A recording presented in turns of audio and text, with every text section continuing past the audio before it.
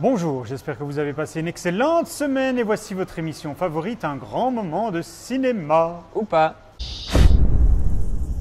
Au programme de cette vidéo, Alléluia, Love is Strange, Le sel de la terre, White Bird in a Blizzard et Hector à la recherche du bonheur.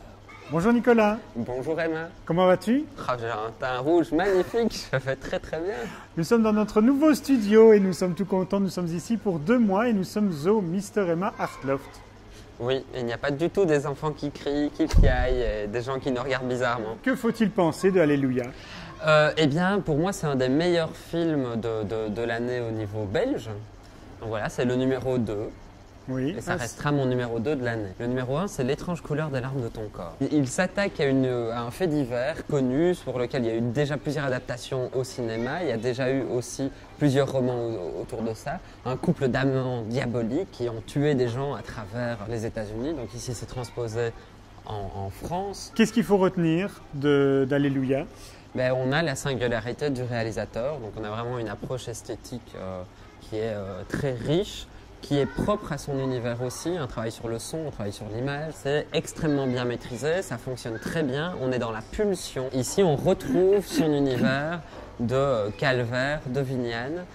Ça a beaucoup moins de moyens que Vignane, qui pour moi est un des meilleurs films belges de tous les temps. Nicolas, tu aimes énormément le travail de ce réalisateur belge et d'ailleurs, tu vas lui consacrer 2 soirées dans un ciné-club que tu inities au Mr. Emma Art Loft. Au centre-ville de Bruxelles, ce sera quand? Ce sera le 18 novembre pour Calvaire et ce sera en décembre pour Vignane. D'accord, et donc c'est à 20 h. On peut retrouver le programme sur ton site ungrandmoment.be? Oui, et sur le tien aussi. Et sur le mien, mremma.com. La semaine dernière, Nicolas nous a emmenés en Roumanie pour parler d'un documentaire et cette semaine, il voulait encore parler d'un documentaire. Alors la semaine dernière, il s'est déshabillé. Cette semaine, je n'en suis pas sûr parce que le documentaire a été réalisé par Wim Wenders. C'est un documentaire franco-allemand et c'est sur un photographe. Oui, c'est sur Sebastiano Salgado. Qui est partie prenante également dans la réalisation? Non, son fils. D'accord. Juliano Ribeiro Salgado. Oui. Et donc c'est vraiment un dialogue à 3 voix. Un dialogue entre Wim Wenders et le photographe, un dialogue entre Wim Wenders et l'autre réalisateur, qui est donc le fils du photographe, mais un dialogue aussi entre un père et son fils, et un fils et son père. C'est extrêmement impressionnant. On est replongé dans la photographie à travers un process singulier où le photographe est confronté aux photos et dialogue autour des photos. On est aussi dans une évocation en voix-over, que ce soit par Wim Wenders ou par le fils, sur la vie en fait, du photographe. C'est d'une beauté rare, parce que les clichés photographiques de Salgado sont juste sublimes, tout en ayant en même temps, ils transportent une force, une énergie, ils ont une histoire aussi, et l'histoire est ici illustrée, on a vraiment toute une contextualisation des différents clichés, c'est très fort, très prenant, mais cette beauté-là est doublée vraiment d'une violence crue. C'est un film qui est terrible aussi, mais qui est très très fort et qui est très émotif. Greg Araki nous confronte à une jeune fille qui cherche à évoluer, qui cherche à se construire avec l'absence d'une mère, une mère disparue alors qu'elle avait 17 ans, une mère disparue en un clin d'œil comme sa virginité. Nous sommes plongés dans les années 90 et nous avons un voyage de digression en digression à travers les souvenirs d'une jeune fille, d'une enfant encore, qui bientôt sera femme. Moi j'aime bien Greg Araki. Est-ce qu'il est aussi impressionnant que dans ses autres films? Tu trouvais Kaboom impressionnant? Oui.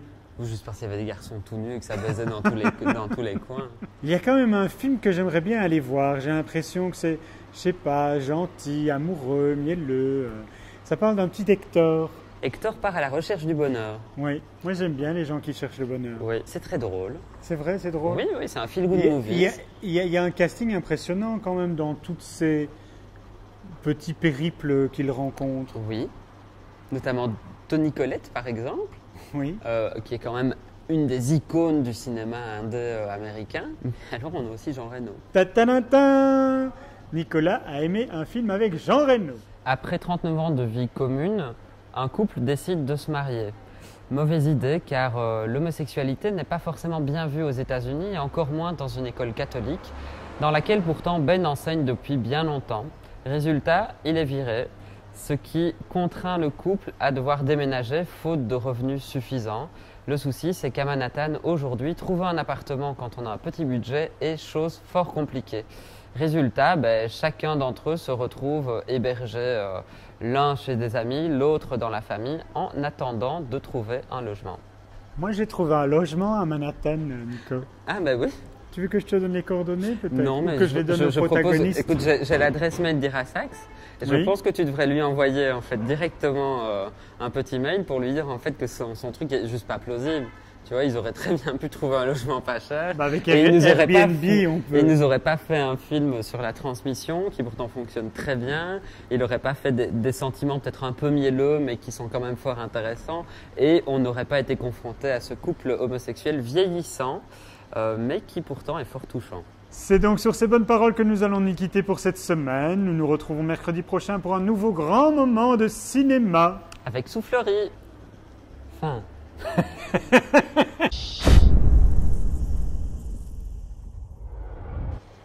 Ces enfants m'énervent. Je vais m'énerver toutes les 2 secondes. Peut-être que nous aurons plus de vues avec les gens qui passent qu'avec les vidéos. Ah, on en a déjà plus en tout cas, c'est sûr. Tu veux dire bonjour à la personne ou... On va recommencer. Donc il travaille avec Debbie en direction photo. Il a vraiment un travail sur le son. Avec Debbie C'est le nom de famille. Douanies. Enfin, une actrice espagnole qu'on connaît peu ici. Notamment par Anne-Marie Loeb, David Mourgia. Elena, c'est... Elena Noguera. Pourquoi j'ai dit Segara, j'allais dire. De Wim Wenders et... j'ai son nom, ça commence là. Eh bien, le nom va apparaître ici. Viens un peu par ici. Non, viens un peu par ici. Oui. On peut en parler. Je fais de l'entertainment.